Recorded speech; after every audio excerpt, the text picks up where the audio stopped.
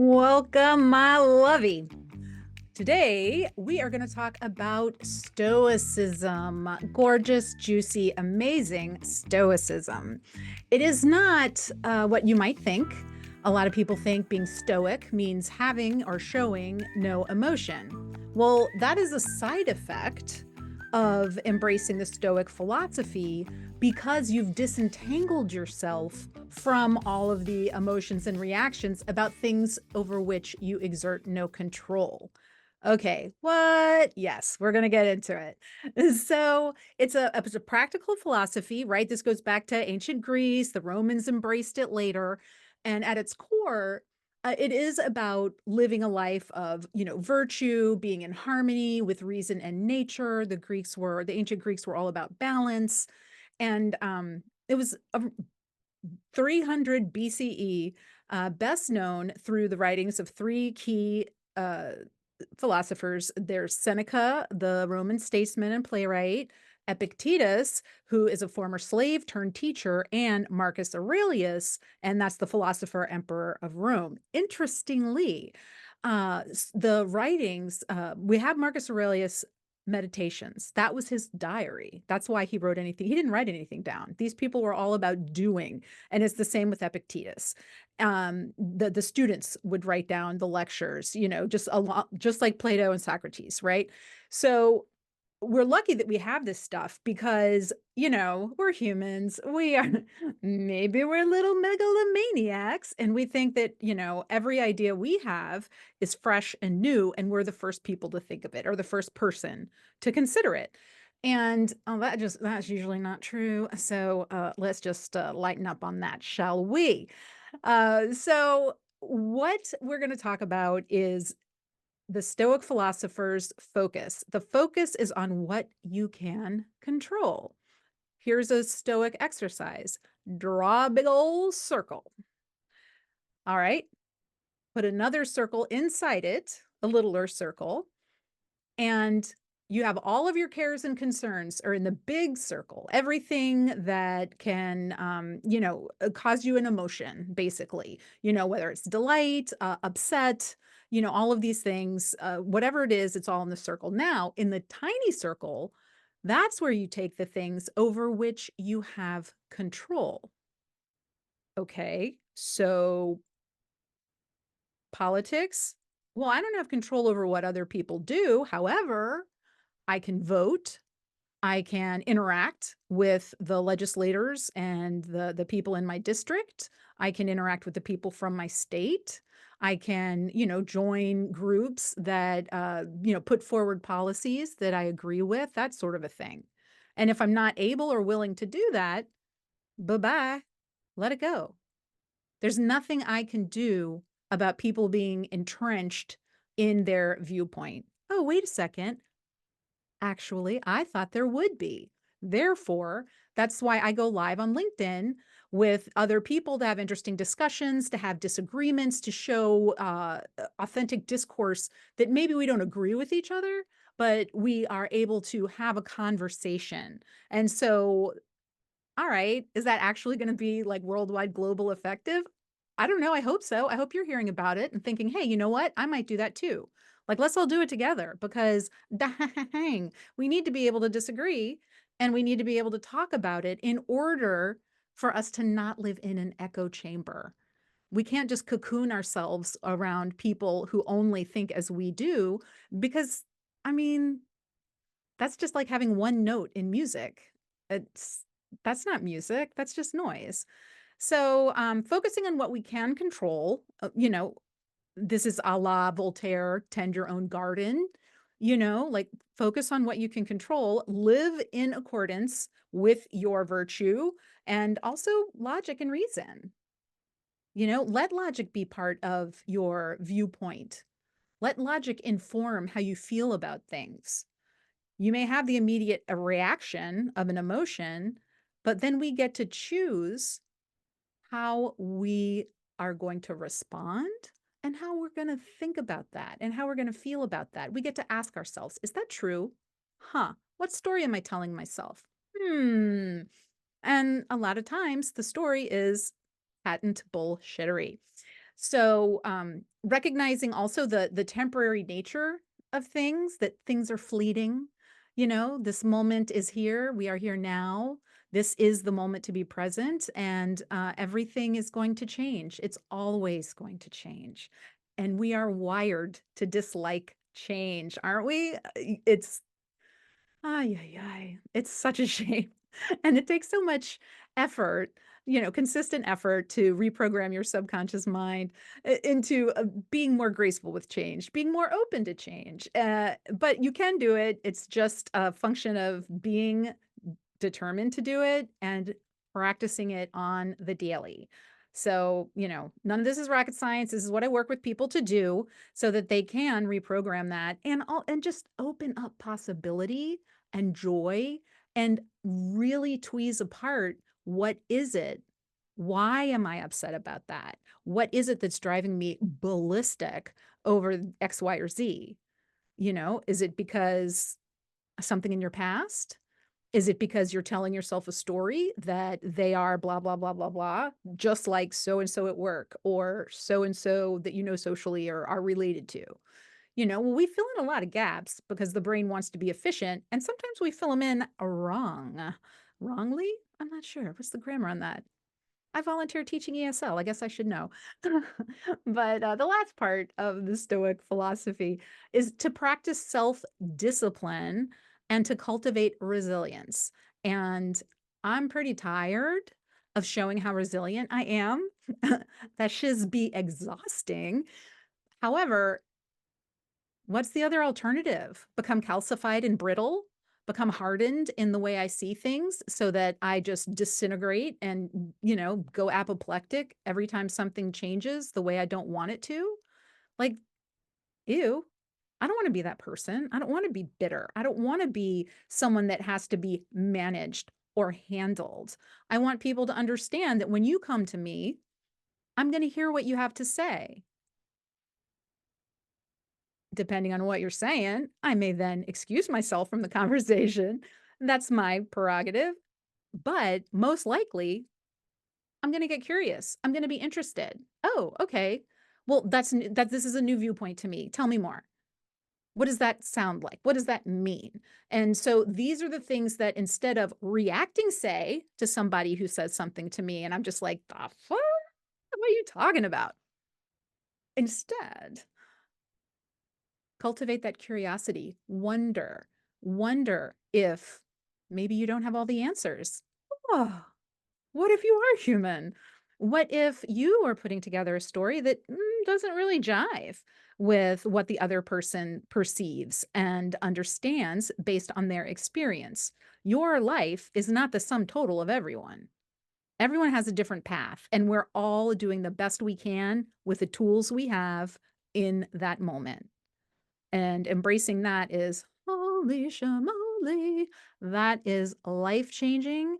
And honestly, even if somebody's losing their marbles and ranting and raving, that's what they know how to do. Maybe it's a pity. Maybe it's a shame. Maybe it's whatever, but it doesn't have to do with you.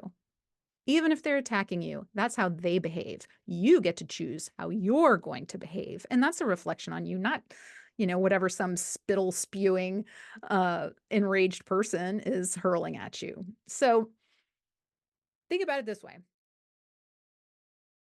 Now that you see what's in the outer circle, the things that you cannot control, hey yo, let's focus energy on the things in the inner circle and practice accepting the things in the outer circle. You may never get what you need from people who love you dearly. They are not able to give it to you. Whether that is approval, love, validation, recognizing your worth, whatever it is, there is no way you can control getting that because that comes from someone else. And it is a fallacy to consider that you can get them, you can work harder, you can turn yourself out even more. Take it from a veteran of 2 failed marriages. There are some things that just will not happen no matter what you do. Okay. But what you can control is how you're behaving. Just remember that gem, Wayne Dyer, holla, OG of cognitive behavioral therapy. He said, what others say to you has nothing to do with you. I'm paraphrasing Avi. What you say back to them, how you respond, that shows who you are. Are you a person of character? Are you a person of strength? Are you a person that can moderate their emotions and choose their words diplomatically, carefully, in a way that doesn't make a situation even more incendiary than it already is? Or do you like putting gas on the fire? You know, it's like people can, yeah, F you, F you, F you, and it just stacks up and gets more and more and more intense. Okay, well, what's that going to do? It's not going to make you feel good. I'll tell you that right now. Will not make you feel good. So you can try this exercise variously. It is a visual representation. That pre-linguistic lizard brain loves the visual of, just seeing, like, these are the things that are inside, these are all the things that are outside. And if I can't put it inside that it's in my control, I can practice accepting that, whatever the painful truth may be. The painful truth could be, um, my mother did not like me. It's hurtful, but she didn't. I was a challenging child. I was an angry adult due to the stuff that went on under our household. And I insisted that she face her actions. She didn't want to do that. I thought if only she would just face it and own it, and, everybody could get therapy and we'd all like play guitar around a bonfire and sing Kumbaya. She wasn't having it. And that was really, really difficult for me. And I didn't expect it. I did not fully understand that until she was well dead, like decades dead. So keep in mind that Stoicism has to do with reason, but it doesn't have to do with a lack of emotion. The emotions are all there. You just get to decide how your energy is going to follow them. Okay. And the dichotomy of control, that is a key Stoic principle. We can control what we focus on. We can accept what we don't control. We may not like it, and that's okay. You know, it's okay. Anyone who's wrestled with a finicky eater kid who doesn't want to eat knows that sometimes you have to do things you don't like, or you have to find a way to get them, whether it's the Pedialyte, Pediasure, whatever those, high nutritious drinks are. You find a way. That's what you can control. But as far as getting them to eat the peas or the ham or whatever feels weird in their mouth, good luck. And using exercises like the circles of control, then that lets us direct our energy more effectively. It reduces the unnecessary stress. There's plenty of stress that's going to happen because we only have so many minutes in the day to do all the things. Well, why bring more on ourselves by dwelling on what upsets us? It's just puts you on loop. So consider that. And let's move into negative visualization. All right. So this is gorgeous, talking about the Stoic philosophy. Uh, I love these are two very powerful Stoic practices: negative visualization and the view from above. Now, it may sound a little contradictory, but they do work together, and it helps you reframe your perspective, right? It helps you get out of where you're stuck. And we are going to consider in the negative visualization, we're going to actually premeditate on the bad.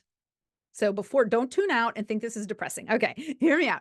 So it's actually a powerful tool, and it cultivates gratitude and resilience. Resilience is what lets us get back up, you know?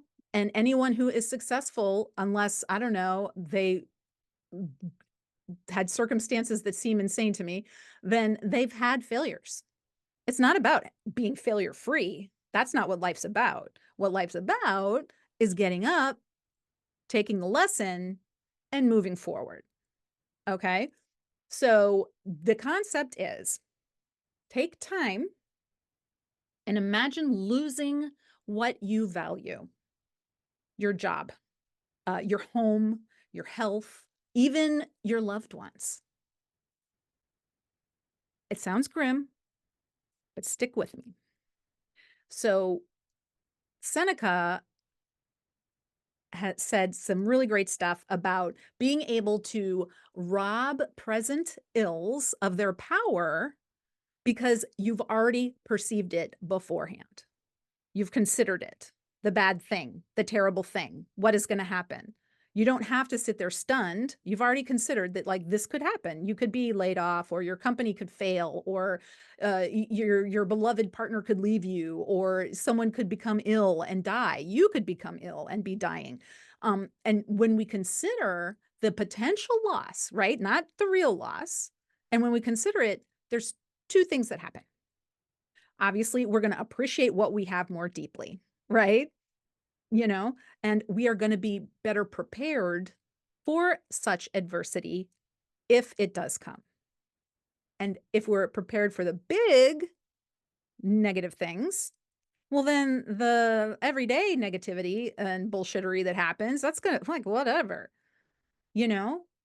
I always say, like, nobody's getting a kidney based on what choice I make, because I'll be wrapped up in, like, oh, what podcast topic should I do? Like, am I going to do Stoic philosophy? Am I going to do something else? And it's, like, hang on a second. It's all valid. It's all worthwhile. Let's just get to getting. So just remember that when you consider the bad ending in full and what would you do? What would that be like? How would you feel? Okay. But you'd still be alive. You may be crushed with grief. You may be rendered still, have depression, whatever the things are. But either then you're going to off yourself or you're going to figure out how to live. Because staying in that state, it's going to lead to one or the other. So think of something right now that you value greatly. Okay. It could be a relationship. It could be your health, your career, whatever it is. Now, with that in mind, consider you've lost it and really feel the emotions that would come with that loss.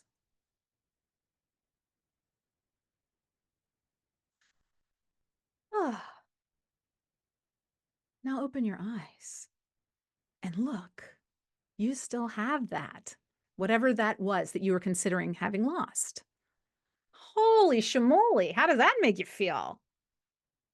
Pretty happy that you've got that, right? There's this surge of appreciation and gratitude. Holla, that's the good stuff. And the practice isn't about being pessimistic. It's about breaking through what is called hedonic adaptation. And that is like hedonism, okay? Uh, it is when we get used to good things and we take them for granted, like as if it's our right. I have this beautiful relationship. It is my right to have it. Well, trucks hit people. People get sick. Things happen. Don't take it for granted. And when we imagine the loss, that renews our appreciation. Just like, Yahoo, still have my house. I still have my beautiful partner. I have beautiful relationships with a lot of different people. How nice. And I get to have that. I have it. It's mine. All right. The second part about that is, the view from above, right? So from going in to that emotional state and that understanding of what it would feel like to lose it, let's zoom out. Okay. And this, instead of focusing on personal loss, this takes you to imagining yourself in a cosmic perspective. I mean, I'm serious, like zoom way out. Okay. Like you're talking seeing the sunrise over the earth while it's in space. Imagine what that is like. Marcus Aurelius was just so good at using this. And he talks about ridding yourself of all the useless things that bother you, that they are entirely in your imagination. Those things don't have a value, just like feelings and emotions don't have values. It's what we assign. I assign anger as bad. Well, to me, it's bad because it stresses me out. It makes me feel crappy. And ultimately, it can lead to many diseases. And so I don't want it.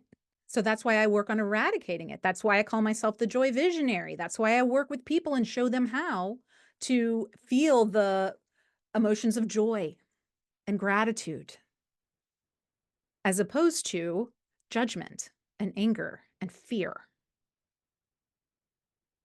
But by giving yourself the space, imagining the whole universe, everything, the planets, the stars, the vast space in between the stars, where's the light coming from? All of these things. And you understand time, the eternity of time, and the rapid, rapid change of every part of everything from birth to death, the time before birth, the boundless time after death. Now, how important is whatever you're getting jacked up about? I mean, imagine yourself from space, see the Earth spinning, zoom out to the solar system, the galaxy, the universe, and then go back and zoom in. Zoom, zoom, zoom. Now you see the world. Now you see your country. Now you're close to where you live and you're back in your life. Huh. So what's it look like from there? Like, actually try it. Close your eyes. Imagine yourself floating above Earth. See the continents, the oceans. You can see the wind patterns as the clouds are moving. Zoom out further. Earth is a little marble in this huge expanse of space with so many planets and stars. And think about your current worries while you're doing that. Huh. How do those concerns feel now? Do you feel calmer, more centered, less caught up in the day-to-day stress? So think about that microscoping and then telescoping. You get real specific about what would happen if you lost whatever, and then oof, zooming out and seeing the vastness of the universe, this planet of people, warring factions, egos, all the things. And you gain perspective. Negative visualization grounds us in gratitude for what we have in this moment. We consider the impermanence, the changeability, the incessant change that just is the way things are. And then when you zoom out and view from above, we see our lives, our problems in a much broader context, right? And we're grateful. And you can do this on the daily. Start your day with a brief negative visualization. Take a moment. You get up, imagine losing something you have. Ah, and then whoof, endorphin parade, feel the gratitude of still having it. And then when you're stressed or overwhelmed, take a cosmic moment. Zoom out. Close your eyes. Imagine zooming into space. First of all, that'd be freaking cool. Secondly, what a perspective.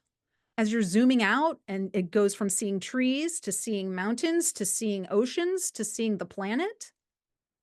Okay. I mean, I'm going to throw in a little breathing exercises in there too. Always remember that. But when you combine these two, you try to the view from above, you zoom back in on your life or vice versa, and then zoom back out. If you just end with the zooming out and see how it affects your emotional state, see how it affects your perspective, how you see your life. So let's recap. We started out talking about the dichotomy of control, living virtuously, using the exercises like the circle of control to help us direct our energy. And then we got to negative visualization, where we embrace the feeling of losing something dear to us, whether that's a relationship or our career or our health or, high stakes here. We're not talking about losing your favorite pen. And then you do the view from above and gain that gorgeous, juicy perspective of your life. I mean, that's the good stuff. Because once we have a balanced outlook that combines appreciation for what we have and a good perspective of our place in the universe, yeah. That's when you can really achieve an equilibrium with yourself in this messy, messy world. So if you like this podcast, come on, give me a subscribe, give me a review. Let me know what you think. Are there topics related to this that you'd like me to do a podcast episode on? What? I'm offering for you to help me with the podcastery. Tell me what you want to hear. I'll research the heck out of it and put my thoughts together for you. Hugs, hugs, hugs.